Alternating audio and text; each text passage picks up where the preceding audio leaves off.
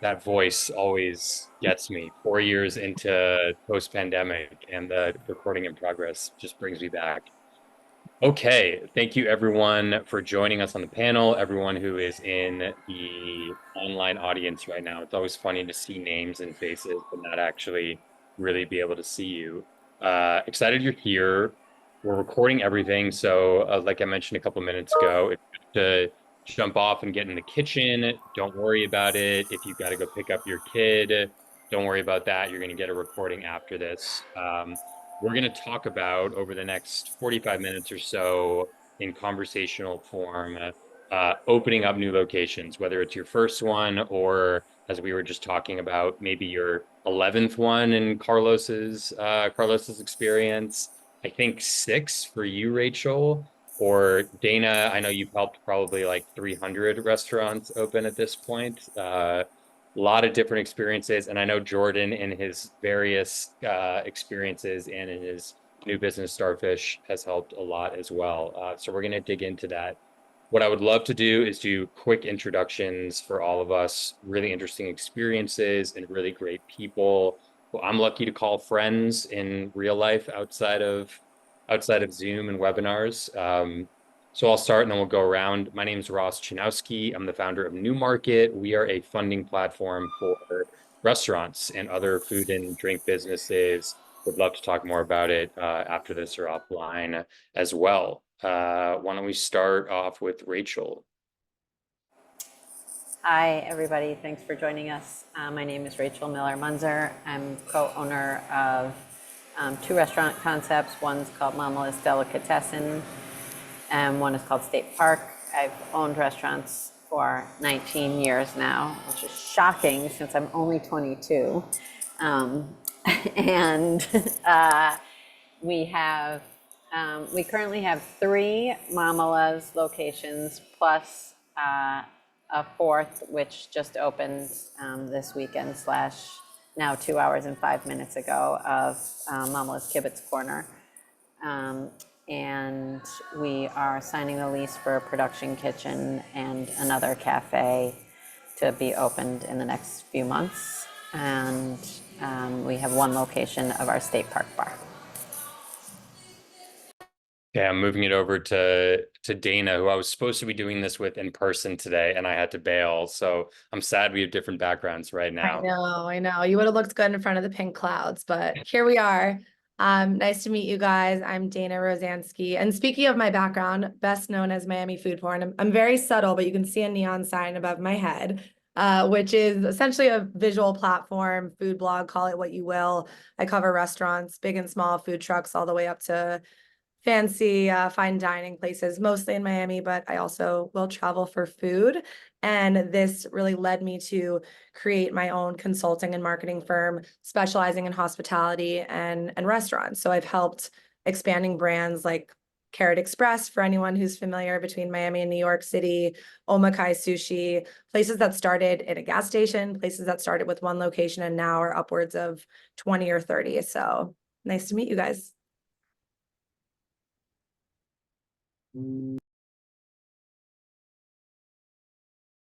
Let's go over to our other host for today. It's going to be Jordan. First off, thanks to Rachel, Dana, and Carlos for being here, and excited to see so many people joining. My name is Jordan. I am the CEO and co-founder of Starfish. We use AI to help restaurants lower their costs and increase their profits by automating P&L analysis. Prior to Starfish, I was at a company called MarketMan, where we worked with everyone from 1 locations up to 250 locations. So throughout my last 10 years, I've seen growth, contraction, and everything in between. So I'm excited to be here.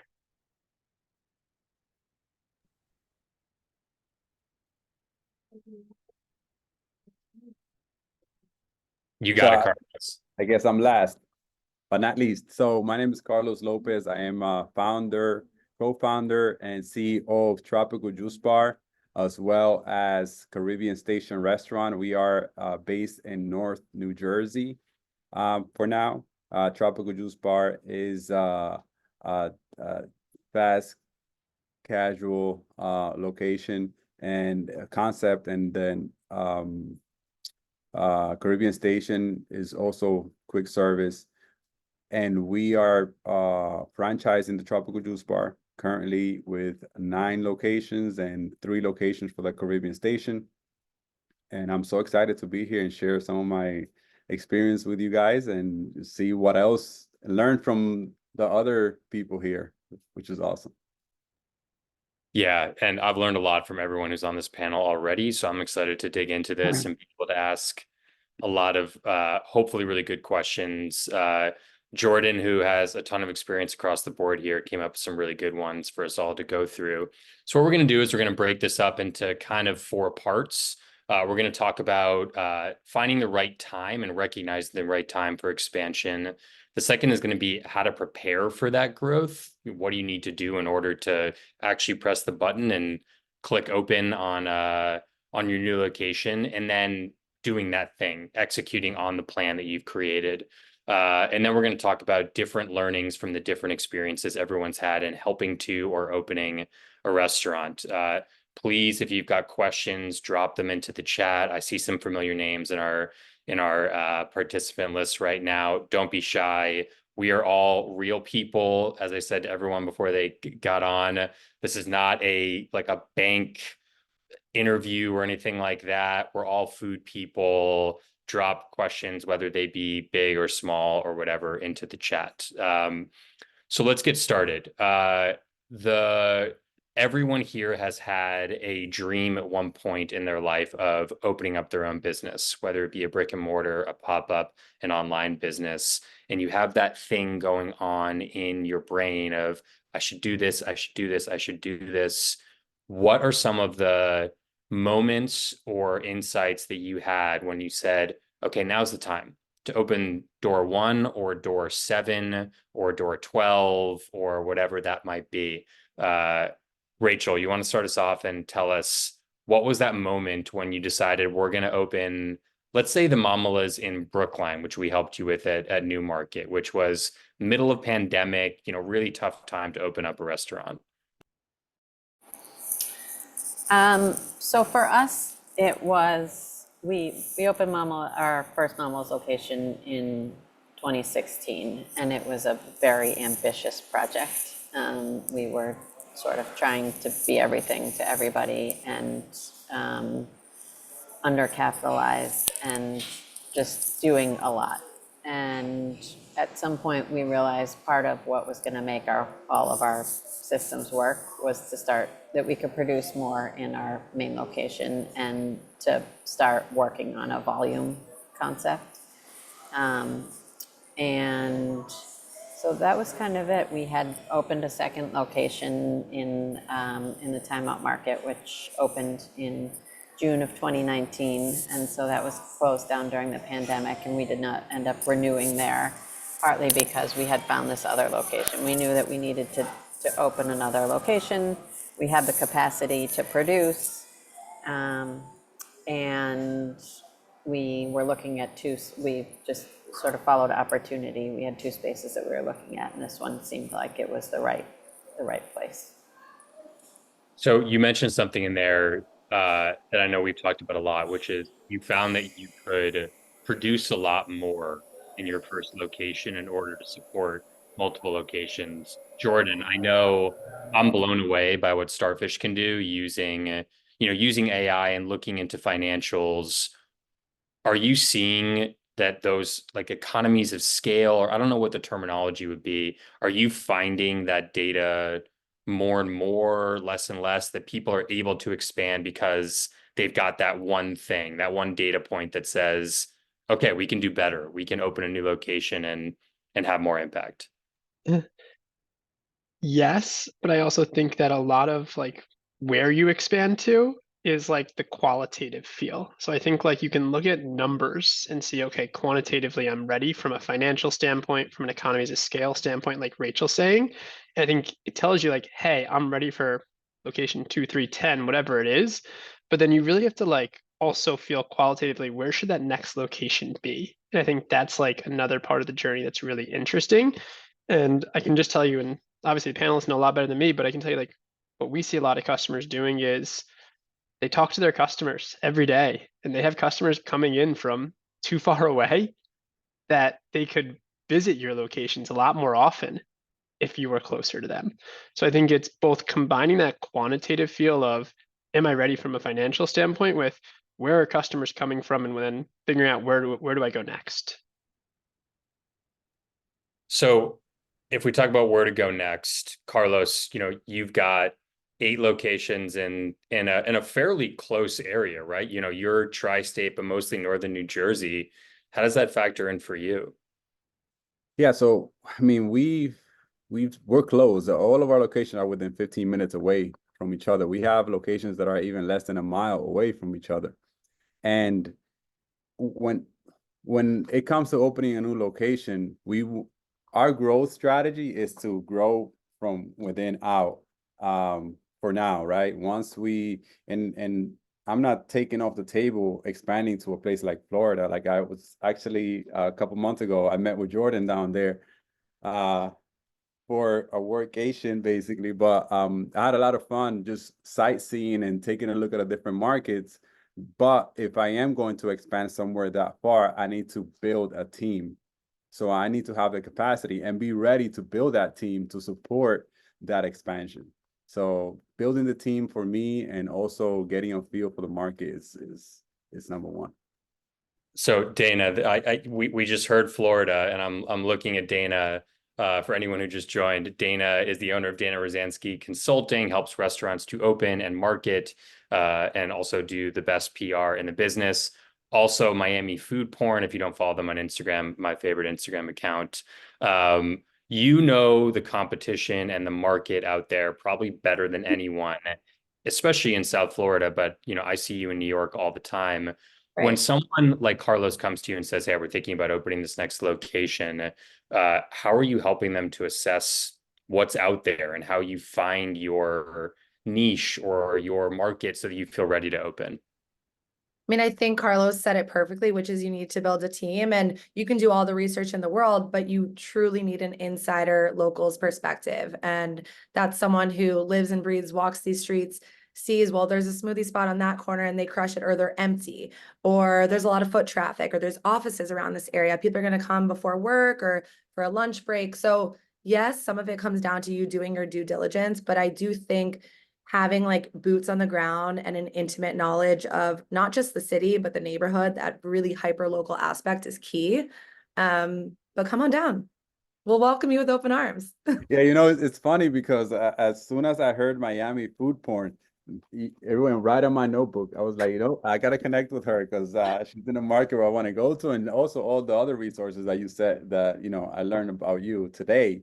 And this, guys, this is what it's all about, is getting out there and meeting people and see how you guys could help each other, how you could connect and both grow from it, So that's what it's about. And to add a layer to that, the first thing I heard when you said you were looking at Florida is, I have to connect you to my dad, who does restaurant real estate. He's been doing it for years. And I think this all just speaks to the power of connections and relationships and networking, and in a very authentic way. Absolutely, 100%. Good segue into saying, for anyone who's watching this now or in the future, please reach out to us. We're real people. We want to help. We're here to build that community.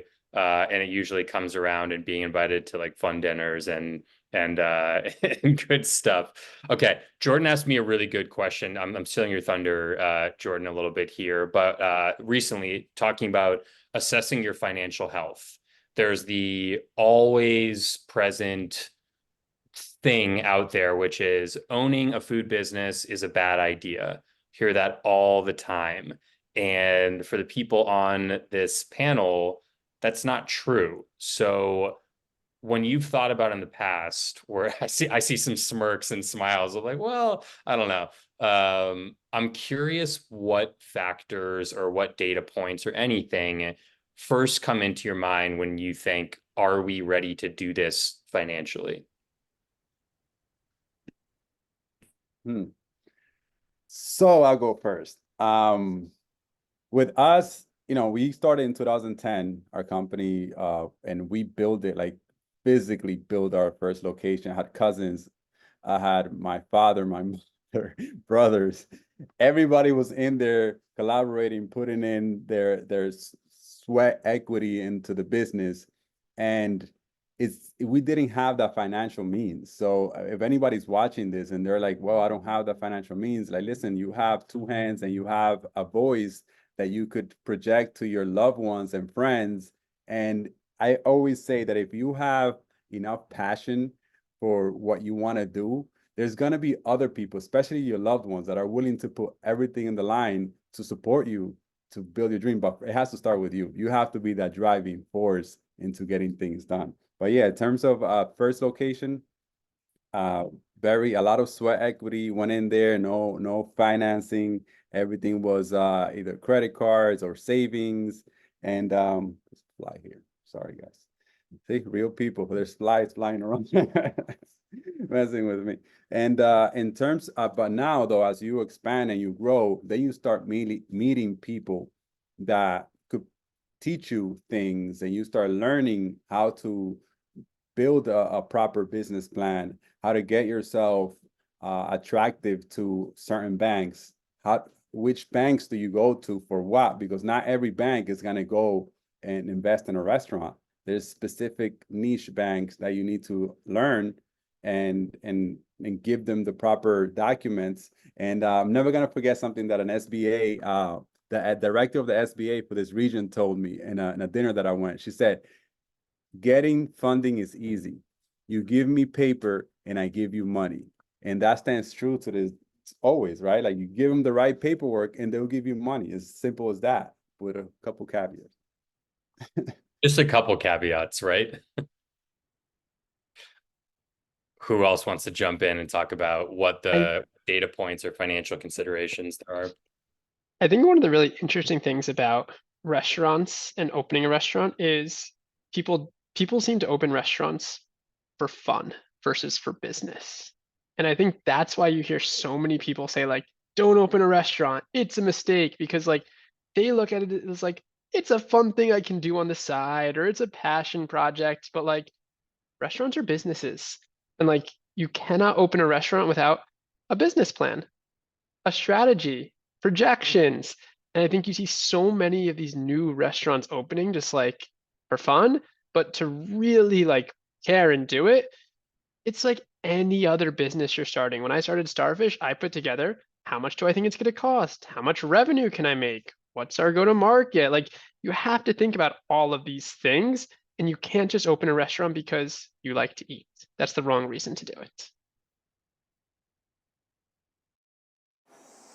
Yeah, I think that's a very valid point, that people think it's dreamy, and they think like, oh, I mean, even my husband, when we opened our first place, he thought like, oh, he would, it was just the two of us, but that he would sit and read the newspaper in the morning, and like, I mean, when we worked in restaurants, we knew what it was, but that's not how it goes.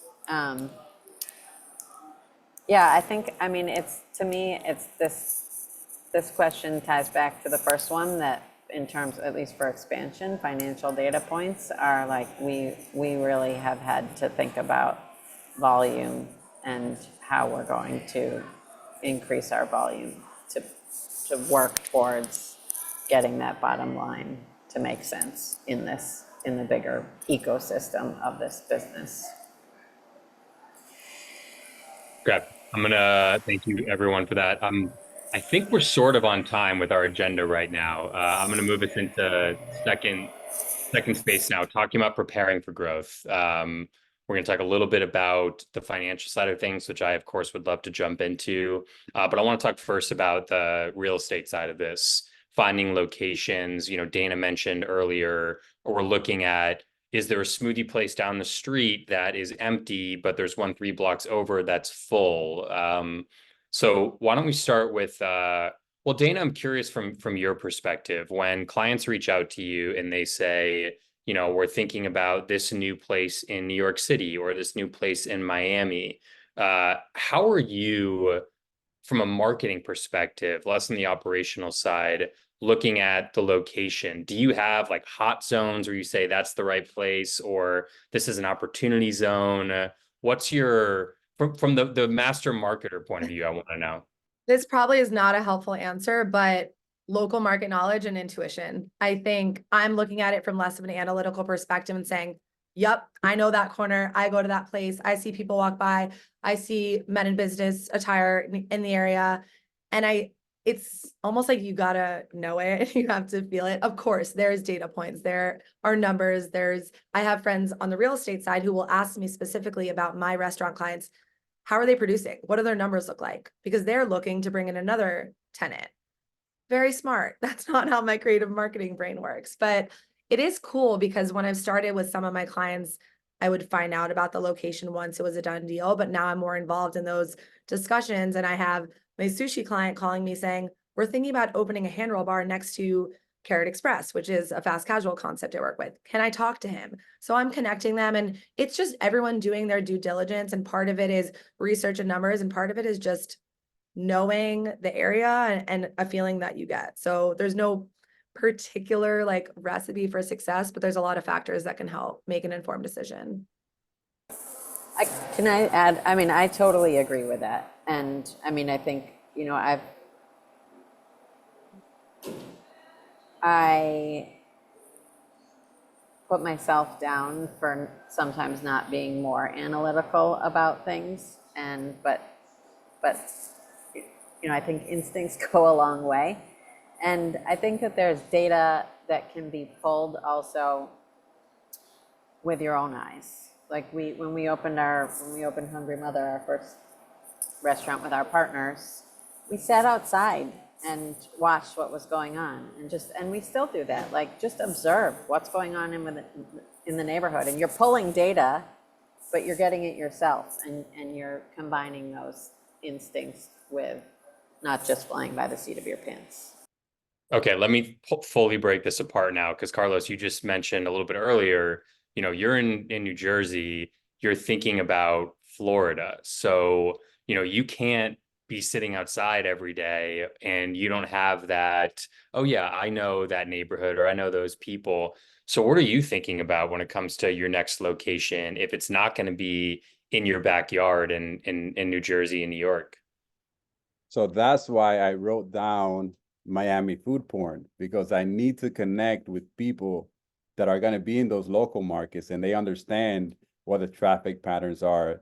But here, whenever we're actively expanding here, we're actively looking for locations. We have about 3 locations that we have right now that we put LOIs on. We're expanding into the New York market in the next couple of months. But so I still do what or Rachel said. I go to the locations, I sit outside, or I stand outside in this case, and I start getting a feel, saying hi to the people that are walking by, see how their reaction is. It's a friendly neighborhood. It is you know, not a friendly neighborhood. I go to the businesses around the area and I speak to the local business owners. I know it's daunting because you're like, oh, well, how about if I just start a conversation. I buy something and I start asking questions. I let them know that who I am. I let them know what my intention is. I want to open a juice bar over there. What do you think? How's the market here? How's the traffic, etc.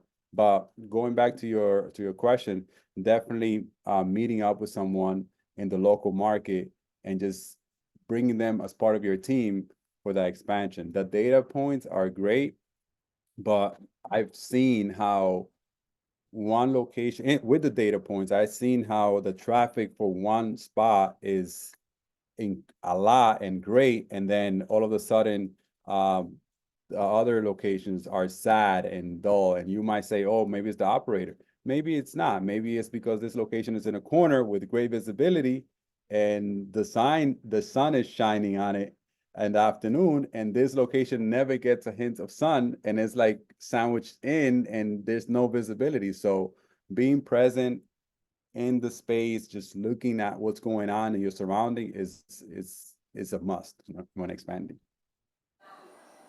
Can I add one thing again? Sorry. Also, just, I mean, we all saw what happened with the pandemic. So it's like you can research, and look at numbers and all that stuff. But I mean, I hope that people learn anything can happen at any moment. And so going back to that idea of, again, using your instincts a little bit more. So I heard instincts and community a lot here in different forms, right? Like build a really good team, build community, go introduce yourselves. I'm going a little bit off script here, but I'm wondering if early in your experience opening your first, second, third locations, let's say, as opposed to your eighth, 12th, did you find a difference between the two, a trust factor, anything like that, when you were going to look for locations or deciding where you were going to go? Did things change? And the reason why I ask is I'm looking at some of the people who are here and who have registered, and knowing that some of them are in first and second location mode, and who were probably a little bit nervous about, oh, I'm about to go to neighbors and say, hey, I'm going to open up this new thing, but I have no track record of doing it. Do you have any stories or any insights of the difference from day one to day, 10,000? So me, for example, myself, I remember that we opened our first location in year 2, it exploded, it started doing so good. So my brothers and I said, you know what, I think it's time to start looking for another location, because we didn't want to stay at one. We always had this ambition, this idea of getting our concept to 500 locations. Still to this day is our goal, and we're on our way over there with our franchise model. But our thought was, let's find a neighborhood that looks very similar and feels very similar to where we are now. That would increase our chance of success. So we did look at a neighborhood, and the only way you know if that neighborhood feels and is by going there and speaking to the people around there, and to see if they sound and have the same kind of attitude and tone as the people with our original location, where we're doing very successful. And also look at the landmarks around. Are there schools? Are there hospitals? Like, how far are they from your original location versus the new location that you're looking at? So, it's a lot of factors that play in, but overall, yeah, just going there and not being afraid to speak to people and get a sense of how the community is. I think that's number one. Carlos and Rachel, I'm curious, like when we talk to a lot of our customers when they're going from 1 to 2 locations, I feel like they think it's going to be like 1.5 times harder, when in reality it's probably like 5 times harder to go from 1 to 2. Like, how do you handle that? Because like all of a sudden, like you can't be in 2 places at once. Like, how does that go? I'm very curious. It's challenging. I don't know. I mean, I can't wait to call Carlos after this and ask how he's in 11 places at once, because we're not there yet.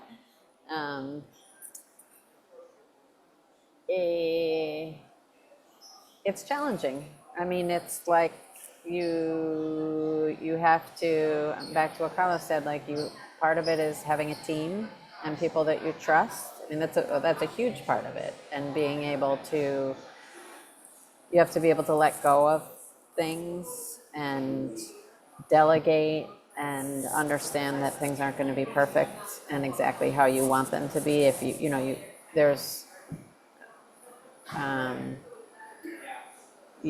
have to make a choice between growing and letting things go a little bit, unfortunately. I think. Well, in my case, number one, build a team and trust the team, Yeah. and learn how to let go. That was my biggest challenge, because all of us as business owners, as the people that have the main idea, it's our idea, it's our baby. So for you to find someone to trust them with that idea is extremely hard. But once you do, it's very liberating. And it's crazy the amount of growth that you could do and the amount of enjoyment that you could have. I think part of the reason that we have grown so much, and to this day, whenever I have a great day, whenever I feel good about what happened that day, or what's going on in the company, our company grows because new ideas come up. It's like all of a sudden you start thinking about things that you never thought about before, and you generate these ideas that are gonna help the company grow. So in essence, enjoying what you do, like going back to why you started our restaurant, right? My whole idea was to provide a healthy options to our communities where they could go, a place where they could go grab a green juice, regardless of whether they are. Because our first two locations were in very urban market where these big companies don't want to go into because the numbers are not there, the data points are not there. But we went in there and we did great because that was our mission, right? And even to this day, I enjoy what I do because I'm providing people, I'm healing people, I'm making people feel good about themselves, about what they consume. And a lot of people go to us and thank us because they have, for example, if they have a low red blood count cell, a low red cell count, right? I'm sorry. And they consume our beet juice, which has a lot of iron and helps them improve their health. All of a sudden, like they're thanking us, they're sending us emails, they're tagging us on Instagram how they're taking a healthy juice to their friend that's sick in the hospital. And I'm like, wow, this is exactly why I opened this location. That kind of like gives me that inspiration to keep going. And of course, there's going to be challenges. Accept the challenges and have a winner mentality, knowing that you're going to overcome anything that's thrown your way. As a leader, as owners, it's our responsibility to overcome challenges because our team is going to be looking at us for support, and we have to be that steady figure that's there to help them navigate those challenges and coach them so that eventually they'll be able to navigate the challenges on their own, and you're not getting 1,000 calls a day. Go ahead, Jordan. I think especially in like Carlos, Rachel, and I think a lot of people on here know this, like as you grow, it's also just about like you need to spend so much more of your time with people, both with guests and with your team, that like finding the right like core team around you is really important. And also building the right tech stack, like POS system, like getting a POS system that's really easy to use for the team is critical and becomes even more important as you grow. Having the right labor, inventory, finance, like all of that stuff becomes even more important as you grow, because if you think it breaks when you have one, wait till you have more than one. Yeah. So true, Jordan. And I want to pin the talk about tech stack and a very important one in terms of 1-2 locations, which is on marketing and Instagram. Dana, I want to talk about that in a little bit because we get this question a lot of like, how do we, well, I'm going to pin it for now because we've got a request for a guest question right now and I think response. So I'm going to invite up Eli right now. Eli, you want to tell us really quickly who you are and what your question and response is? I don't have I have a question. Sorry, yes. Well, my name's Ellie, and I actually live in London, so not in the US. So it's really interesting to hear what happens in the US, and especially around kind of foot traffic, etc. And yeah, I own a company called Twice Baked, and we're a hospitality consultancy firm, and we provide professional services and technology. And it's really interesting listening to you guys, everyone. And what I wanted to ask you is, as founders, how do you keep yourself motivated and focused whilst, the joys of running a business keep going?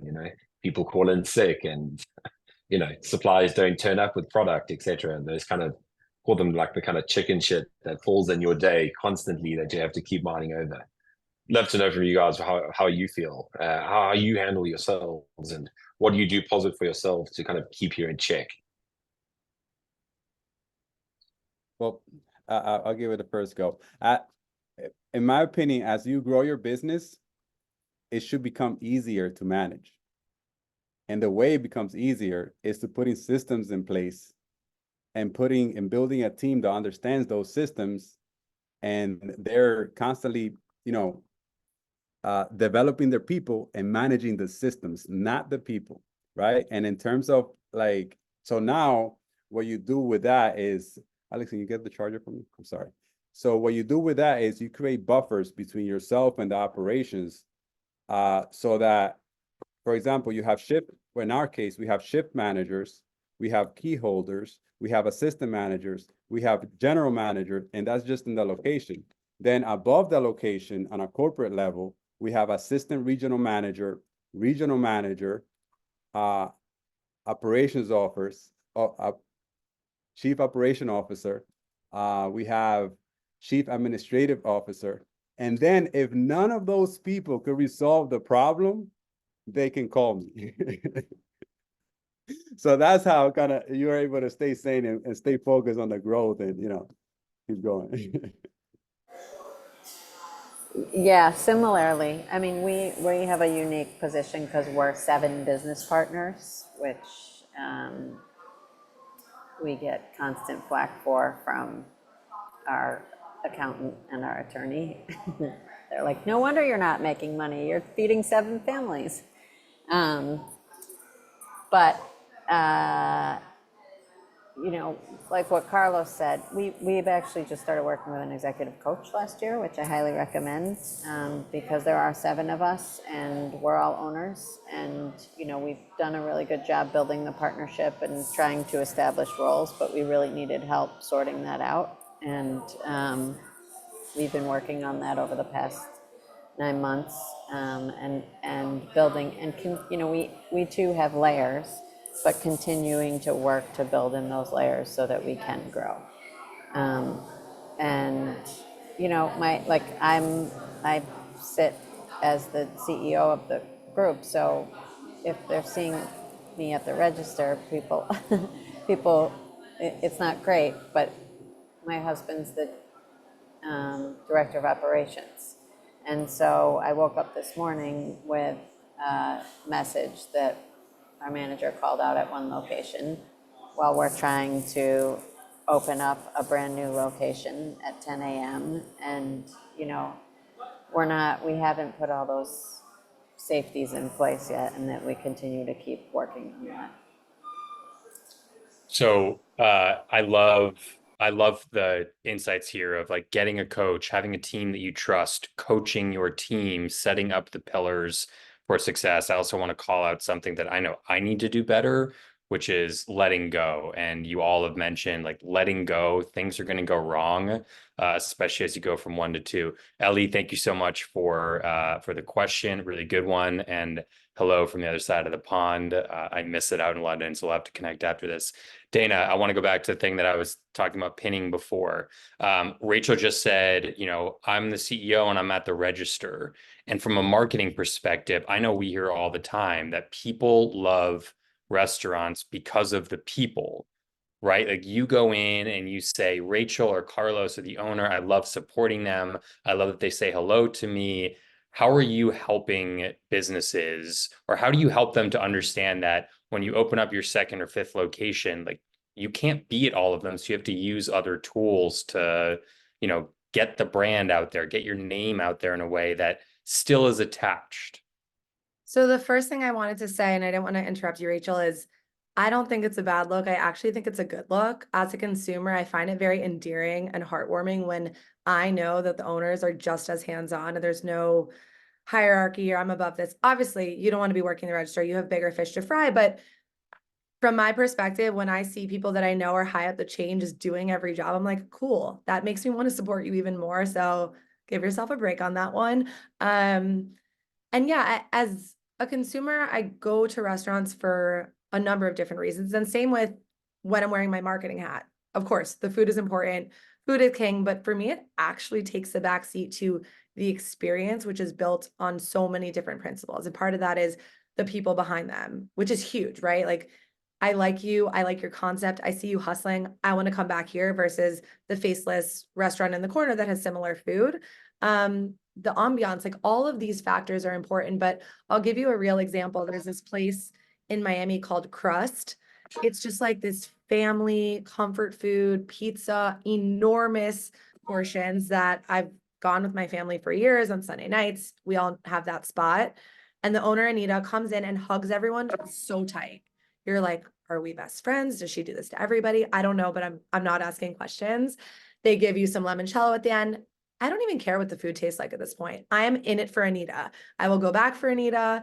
They sold the restaurant recently and I haven't been back since. And what a shame, but it also is just a testament to the power of the relationships and the owners and the people who greet you at the door. Like that is, I would say, more than half the battle is getting all that right. Can I also say, I agree with you, and what's really nice is being able to, yes, let go, but also being able to drive that culture.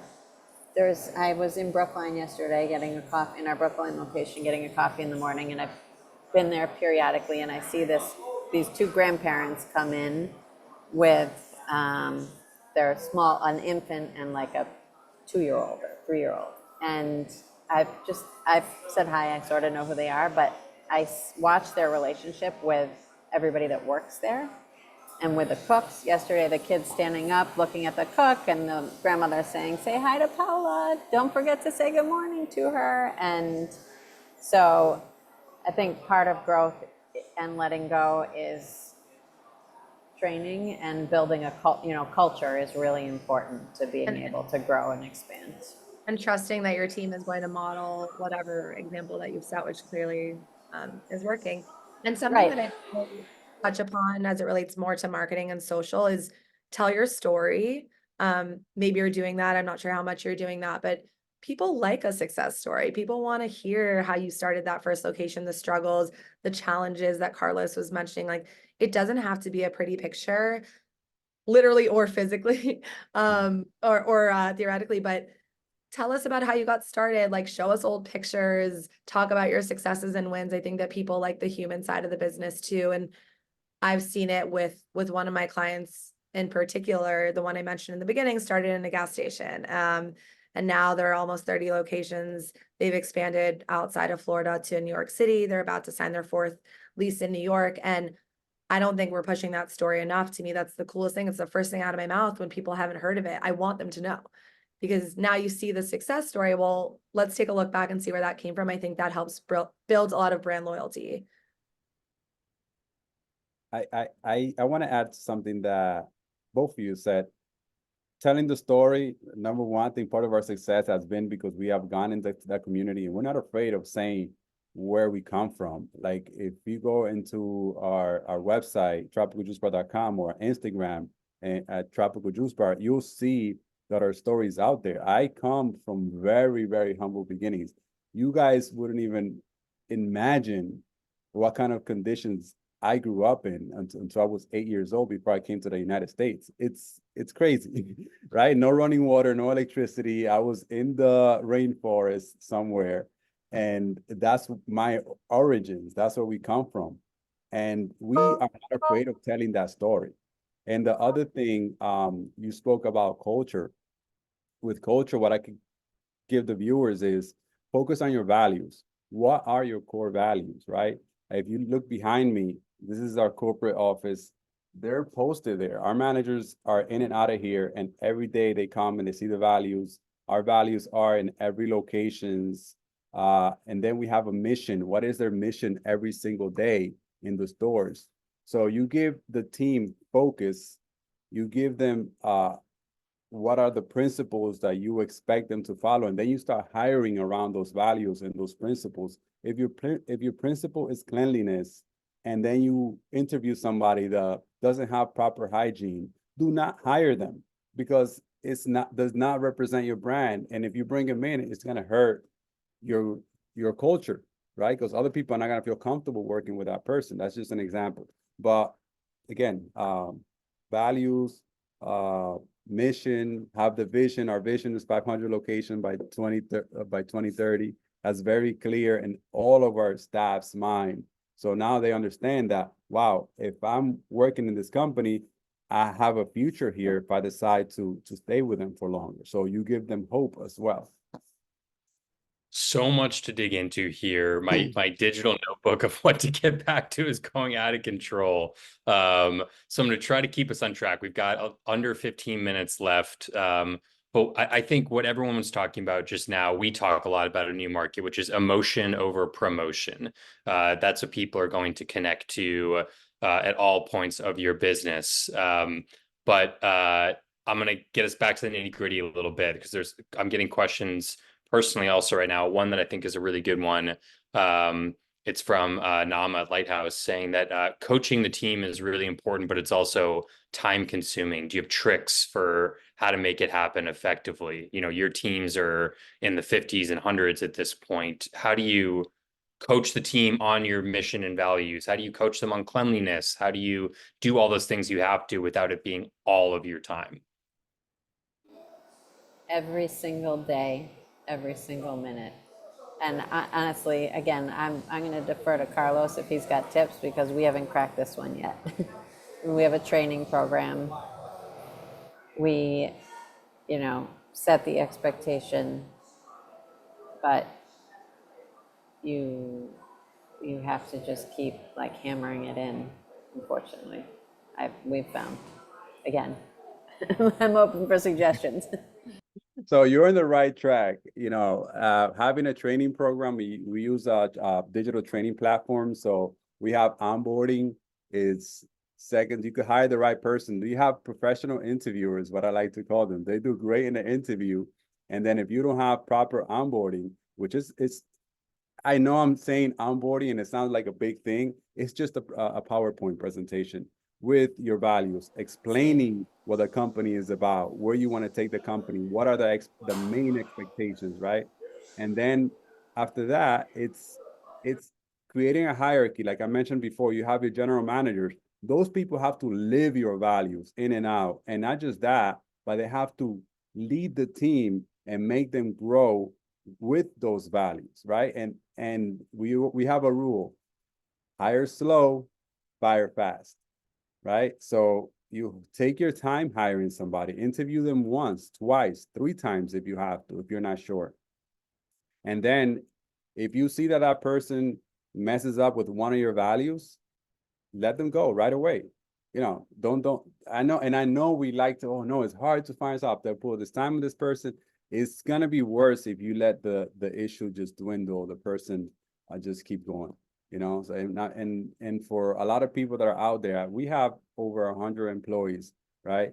And yes, people call out. Yes, there's different attitude, different dynamics, but our managers know and understand that we have at any given location, we have about 300 customers visiting those locations on a daily basis.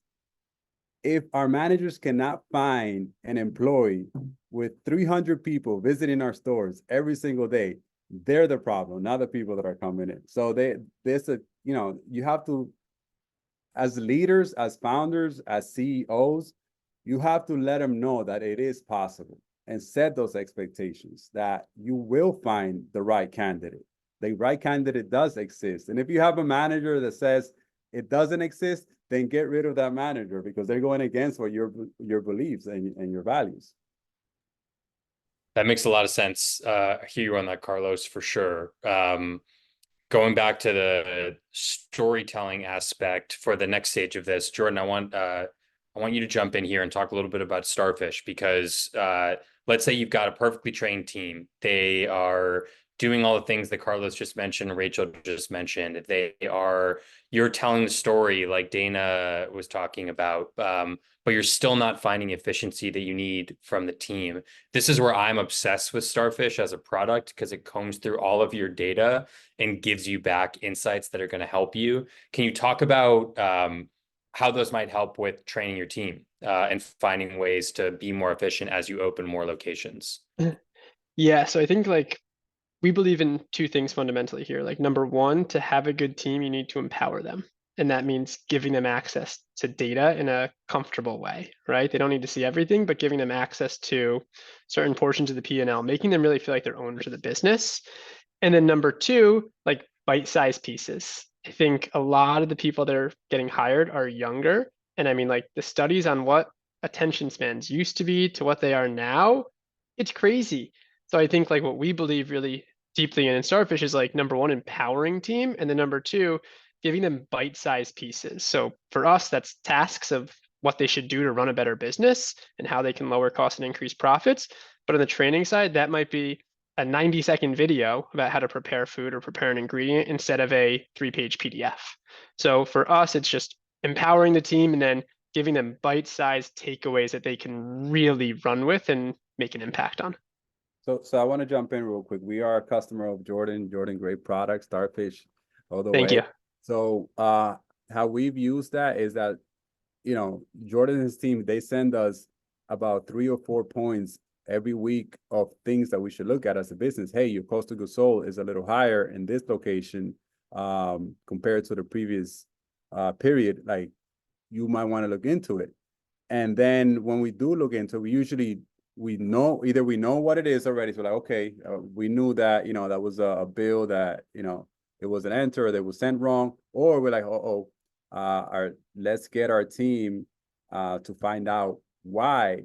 Let's investigate now why our cost is higher on this item. So great product to Jordan. You know, we will continue to use it, and hopefully those people out there looking for data points to help them run their business more efficiently, they would look at your product, Jordan. Thanks, Carlos. Testimonial for you for free. I'm not sure. We're recording this, so we can pop it up, right?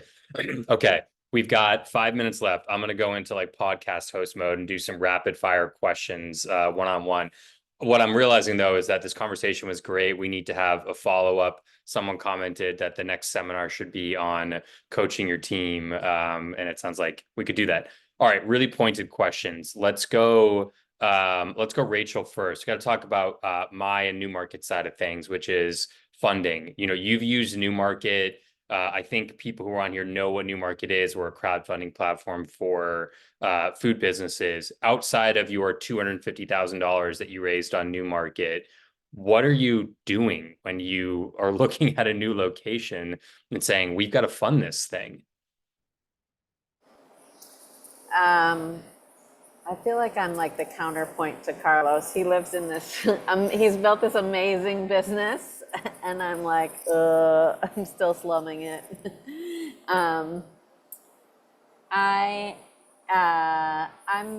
I have a bank.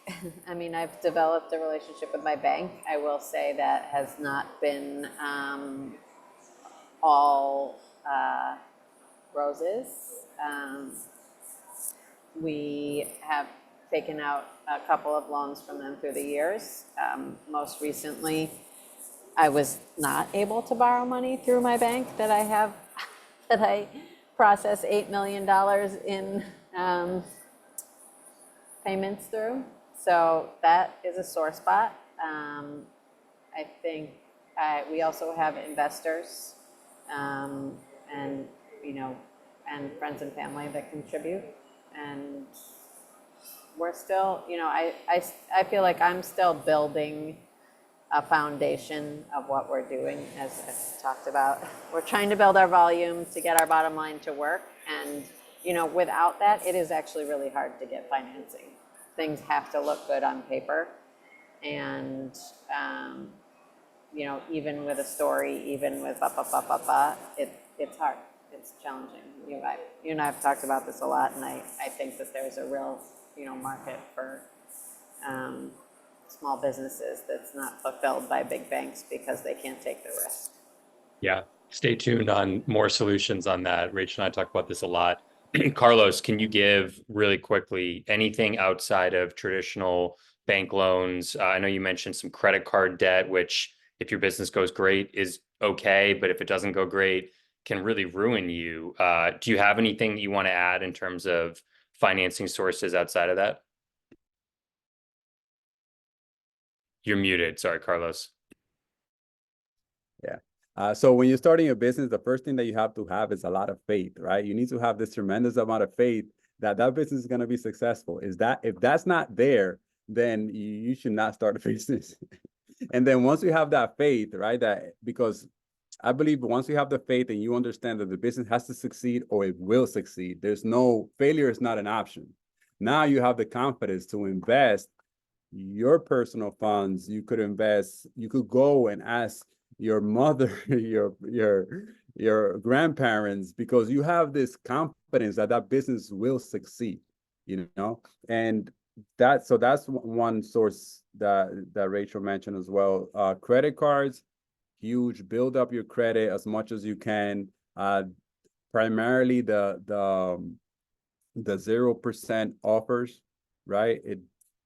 Sometimes they do, if you have good credit, $20,000, $30,000, $40,000, $50,000, zero interest for a year or low interest for a year. Ask the banks to see if they offer those, especially the banks that you bank with. They usually give it to you when you open up a new credit card. What else? As the right bank, SBA. I went to a bank and they said, yeah, once you have 20 plus locations, you could come back to us. And I'm like, what are you talking about? I've been in business since 2010. None of my locations have failed. Like, what are you talking about? I could show you positive growth, but they didn't want to hear that, So going to the right bank, I can't stress that enough. Just making sure that the bank that you're going to, they're more of a character-based lender, especially in the initial stages, because they're gonna have faith in you that you know what you're doing and that you're gonna be successful. So that's what I give you guys. Ooh, We're I gonna have want to talk to add, about let me just NuMarket add too. two things. Go ahead, At Rachel. NuMarket, grants, if we're giving advice, I've gotten a lot of grants from your city, from your town, from your state, from the federal government.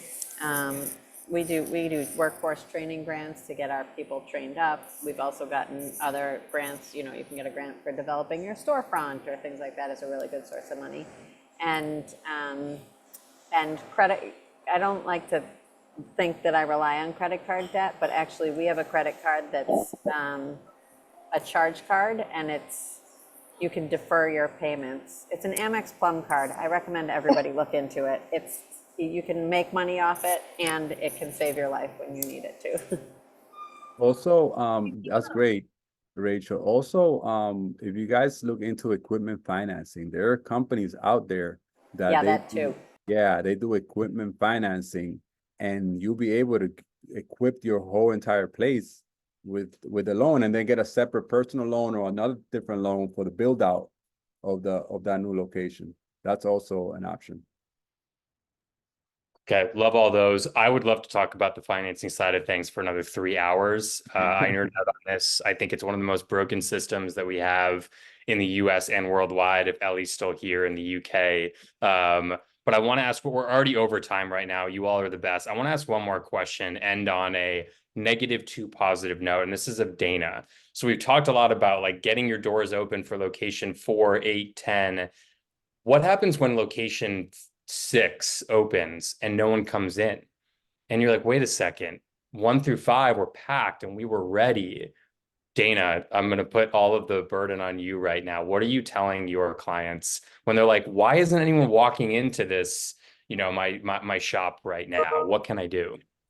Yeah, I think truthfully that hasn't happened. So let's hope we continue along that path. I think it's really important to have a strong opening strategy. Creative marketing tactics. It doesn't mean give away the house, but think about what's going to entice people to come and what's going to entice them to come now versus in 2 weeks, because you make a first impression once, and that really pertains to business and personal. It's no different. So I would say before you find yourself in that pickle, come up with some plans to really keep the house packed in the beginning. But let's say something goes awry. It's not too late to implement some sort of a cool promotion. Influencer marketing, I think, is huge. I don't know how much of that is going on your end, Rachel and Carlos, but that's a good way to get some buzz and traction on social. Promotions, look at what's timely and what's happening. Don't just sit there waiting for people to come to your door, and use all of your owned platforms. Use social, use a newsletter if you have it, update your website, call upon your media and influencer friends. Look at it as a 360 plan and say, all right, we need to bring people in and bring them in fast. I recently had a client reference a new fast casual concept, not a client of mine, that did 2 days of free food. I thought that sounded crazy, but he's like, there was a line down the block. So it doesn't necessarily have to cheapen your brand. It's really about how you market it, how you message it, get creative, have fun, try things out. You don't need to be set in your ways with location 6, 7, and 8 if it did or didn't work. I think everything's a bit of an experiment, but feel comfortable coming up with things that might seem out of the box, because there's a lot of competition, and increasingly so. So get out there. I love that I asked the question about what to do when things look like they're failing, and you're like, just don't fail. Just be better at not failing. Okay, this Me was to say I'm amazing. not the restaurant owner. You guys have a harder job. Yeah, thank you all for joining. This has been great. We're gonna have to do this again. I'm getting lots of questions already or still thrown in here. Maybe we'll start doing more of a regular kind of lunch and learn type thing. But really quickly, for everyone who's joined, again, this is Rachel Miller-Munzer from Big Dipper Hospitality Group, Dana Rozansky from Dana Rozansky Consulting and Miami Food Porn, Jordan Silverman, the other host of this from Starfish, which is usestarfish.com, Carlos Lopez from Tropical Juice Bar. We're going to send out the recording. We'll send out links. I hope everyone gets to connect however they can after this. Please feel free to reach out to me if you need any more resources, if you've got more questions, if you want to be connected to anyone here. I'm at ross@newmarket.co. Thank you, everybody. This was a lot of fun. Thanks for having us, Ross. Thank you so much. you. Bye, everybody. Bye-bye. Make it happen, guys. Make it happen. Let's go.